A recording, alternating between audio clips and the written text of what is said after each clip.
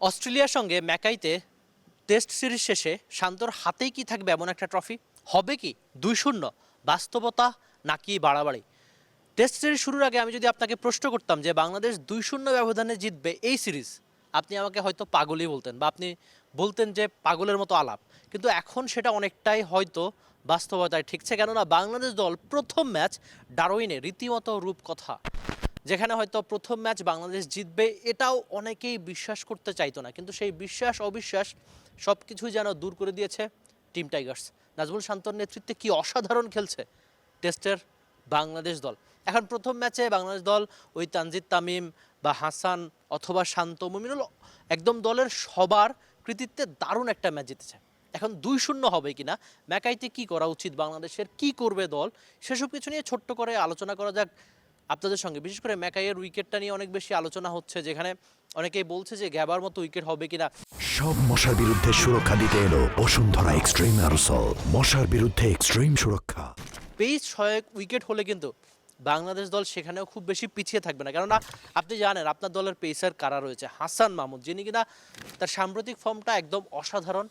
কেন্টের হয়ে কাউন্টিতে খুব ভালো ক্রিকেটটা খেলেছিলেন, সেখানে একটা ম্যাচে 9টা উইকেট, একটা ইনিংসে 6টা উইকেট পেয়েছিলেন। তারপর মাঝখানে জিম্বাবুয়ের সঙ্গে একটা ইনিংসে 25 ওভারে 100-র বেশি রান দিয়ে উইকেট শূন্য ছিলেন। তারপর অস্ট্রেলিয়ার সঙ্গে করেছেন দারুণ কামব্যাক, 6টা উইকেট, ম্যাচে 9টা উইকেট। বিদেশের মাটিতে যে কোনো বাংলাদেশ বোলারের টেস্টের সেরা বোলিং কিংবা সব কিছুই মিলিয়ে হাসান মাহমুদ যা করেছেন সেটা নিয়ে অনেক বেশি প্রশংসায় ভাসছেন তিনি।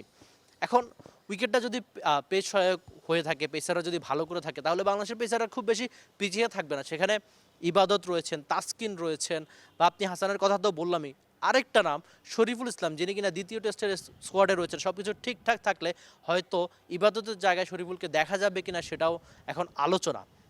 আর অস্ট্রেলিয়ানরা বাংলাদেশের প্রথম ম্যাচটা নিয়ে খুব বেশি আগ্রহী ছিল না। আপনি হয়তো জানেন যে টেস্টের ওই 4 নাম্বার দিনে খুব বেশি ক্রাউড ছিল না, যারা ছিলেন তারা কেবলমাত্র বাংলাদেশ ক্রিকেট দলের ফ্যানই ছিলেন। খুব বেশি অস্ট্রেলিয়ানরা নাকি সেদিন আসেনি নাই।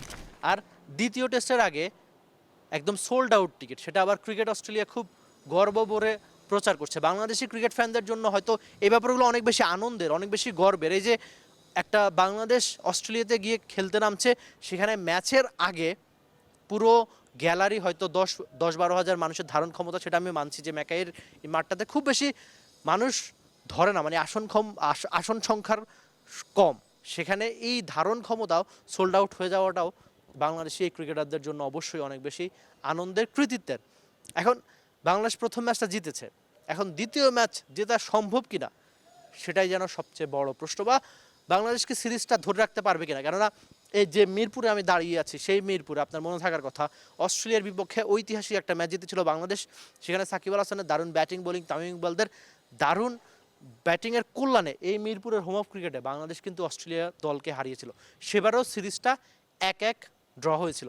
তারপর 2017-র পর 2026 এই লম্বা সময় পর আরেকবার অস্ট্রেলিয়ার সঙ্গে দ্বিপাক্ষিক টেস্ট সিরিজ খেলতে নেমেছে বাংলাদেশ। সেখানে অলরেডি বাংলাদেশ ডারউইনে 1-0 করে ফেলেছে।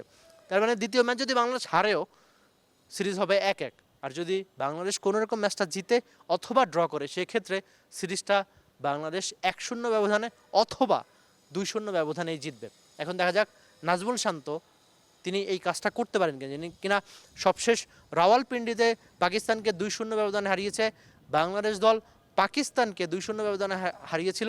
আর বাংলাদেশের টেস্ট ক্রিকেট ইতিহাসেরই অন্যতম সেরা ক্যাপ্টেন তো এখন হয়ে গিয়েছেন নাজমুল শান্ত। দেখা যাক শান্তর নেতৃত্বে দারুণ করতে থাকা টিম টাইগার্স অস্ট্রেলিয়ার বিপক্ষে সত্যি 2-0 করতে পারে কিনা। Rifat Emil, T Sports. For more updates, subscribe to our YouTube channel and click on the bell icon. Follow us on Facebook and Instagram. Download T-Sports app to enjoy exciting games and highlights. Visit tsports.com.